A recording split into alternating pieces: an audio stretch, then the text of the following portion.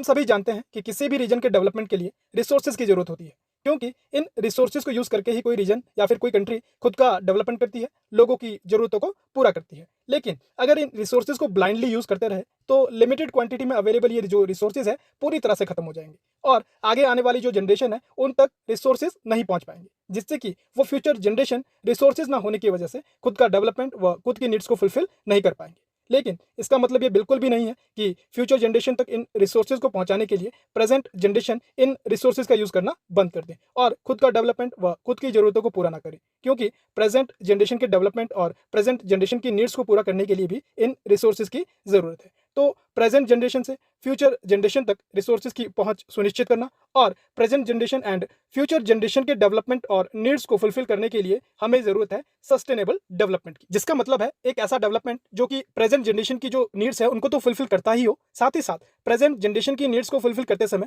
Future generation की जो needs है उनको भी ध्यान में रखता हो, ताकि प्रेजेंट जनरेशन की तरह ही फ्यूचर जनरेशन भी इन रिसोर्सेज को यूज करके अपना डेवलपमेंट कर सके, अपनी नीड्स को फुलफिल कर सके। सस्टेनेबल डेवलपमेंट में सिर्फ ऐसे डेवलपमेंट पे फोकस किया जाता है जिसमें कि एनवायरमेंट, रिसोर्सेज एंड पॉपुलेशन पे कोई नेगेटिव इंपैक्ट ना पड़े, या फिर कहा जा सकता है कि सस्टेनेबल डेवलपमेंट एक ऐसा डेवलपमेंट है जिसमें कि प्रेजेंट जनरेशन के डेवलपमेंट और नीड को फुलफिल करने के लिए रिसोर्सेज को ब्लाइंडली यूज ना करके रिसोर्सेज का ऑप्टिमम यूज किया जाता है, ताकि रिसोर्सेज को कोई नुकसान ना हो और ये रिसोर्सेज प्रेजेंट जनरेशन से फ्यूचर जनरेशन तक बिल्कुल उसी प्रकार से पहुंचाया जा सके जैसे कि ये रिसोर्सेज पास्ट जनरेशन से प्रेजेंट जनरेशन तक पहुंचे हैं, ताकि इन रिसोर्सेज का यूज पास्ट और प्रेजेंट जनरेशन की तरह फ्यूचर जनरेशन भी अपने डेवलपमेंट और नीड को पूरा करने के लिए कर सके।